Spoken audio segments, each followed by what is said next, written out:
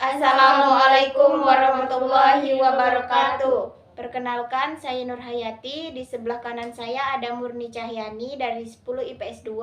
Di sebelahnya lagi ada Lia Ramadhani dari 10 IPS 3. Di sebelah kiri saya ada Nurlianti dari 10 IPS 2. Dan di sebelahnya lagi ada Sri Wahyuni Anissa dari 10 IPS 3. Di sini kami dari kelompok Lady School akan menjelaskan materi mengenai bentuk-bentuk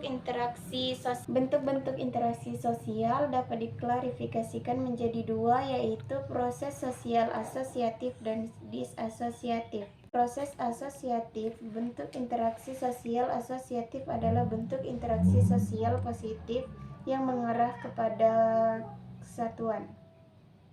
Proses sosial yang asosiatif dibedakan menjadi 4, yaitu kerjasama. Kerjasama adalah usaha bersama antara orang, perorangan, atau kelompok untuk mencapai tujuan bersama, dan kerjasama biasanya berawal dari kesamaan orientasi. Kerjasama meliputi 3 bentuk, yaitu tawar-menawar, yaitu pelaksanaan perjanjian mengenai pertukaran barang dan jasa di antara dua organisasi atau lebih. Yang kedua, kooptasi, yaitu suatu proses penerimaan unsur-unsur baru dalam kepemimpinan atau pelaksanaan politik dalam suatu organisasi sebagai salah satu cara untuk menghindari kegoncangan dalam organisasi yang bersangkutan. Yang ketiga, ada koalisi, adalah kombinasi antara dua organisasi atau lebih yang mempunyai tujuan yang sama. Akomodasi. Akomodasi adalah proses penyesuaian diri orang, perorangan, atau kelompok-kelompok manusia yang awalnya saling bertentangan. Tujuan akomodasi adalah terciptanya keseimbangan interaksi sosial terkait norma dan nilai dalam masyarakat. Asimilasi merupakan proses sosial yang ditandai usaha-usaha mengurangi perbedaan-perbedaan yang ada di antara orang, perorangan, atau kelompok-kelompok manusia. Usaha-usaha untuk mempertinggi kesatuan tindakan, sikap, dan proses mental dengan memperhatikan tujuan dan kepentingan bersama. Faktor-faktor yang mempermudah terjadinya asimilasi antara lain: 1. Sikap toleransi terhadap kebudayaan lain. 2. Kesempatan yang seimbang di bidang ekonomi. 3. Sikap menghargai orang asing dan kebudayaan. 4. Sikap terbuka dari golongan yang berkuasa dalam masyarakat. 5. Persamaan dan unsur-unsur kebudayaan. 6. Perkawinan campuran. 7. Adanya musuh bersama dari luar negeri. Sedangkan faktor-faktor penghambat asimilasi adalah 1. Terorisasinya kehidupan suatu golongan tertentu dalam masyarakat. 2. Kurangnya pengetahuan mengenai kebudayaan yang dihadapi. 3. Perasaan takut terhadap kekuatan kebudayaan yang dihadapi. 4. Perasaan bahwa suatu kebudayaan golongan atau kelompok tertentu lebih tinggi daripada kebudayaan golongan atau kelompok lainnya. 5. Perbedaan ciri-ciri badaniyah seperti warna kulit. In-group feeling, perasaan yang kuat terhadap budaya kelompoknya. Akulturasi bisa diartikan sebagai proses sosial yang timbul kalau kelompok manusia kebudayaan tertentu berhadapan dengan unsur-unsur dari kebudayaan asing. Pelan-pelan diterima tanpa menyebabkan hilangnya kepribadian kebudayaan itu sendiri. Proses disosiatif. Proses sosial disosiatif adalah keadaan sosial dalam keadaan yang kurang harmonis akibat adanya pertentangan antara anggota masyarakat. Proses sosial disosiatif juga disebut proses sosial disintegratif atau disjungtif.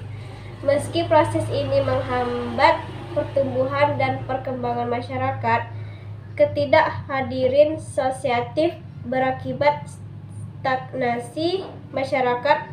Proses sosial disosiatif meliputi: yang pertama, persaingan. Persaingan merupakan suatu proses sosial saat ada dua pihak atau lebih saling berlomba dan berbuat sesuatu untuk mencapai kemenangan tertentu.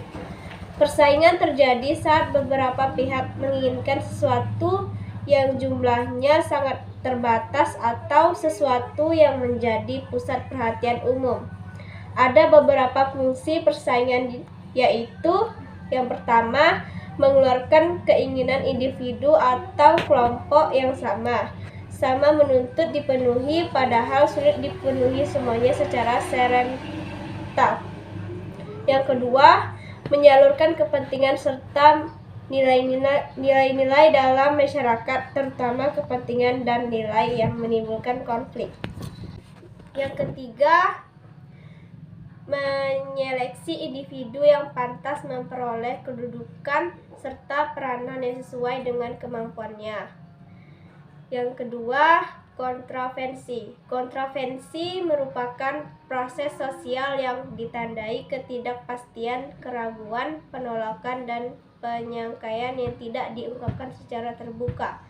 Penyebabnya itu adalah adanya perbedaan pendirian antara kalangan tertentu dengan kalangan lain dalam masyarakat atau dengan pendirian masyarakat. Menurut Leopold von Wilse dan Howard Becker, bentuk kontravensi adalah yang pertama, yaitu kontravensi umum, misalnya penolakan dan mengancam pihak lain perlawanan. Yang kedua, kontravensi sederhana, misal menyangkai pernyataan orang di depan umum. Yang ketiga, kontravensi intensif, misal penghasut atau penyebaran isu. Yang keempat, kontravensi rahasia, misal pembocoran rahasia. Yang terakhir, yaitu yang kelima, kontravensi teknik, mengejutkan pihak lain, provokasi, intimidasi.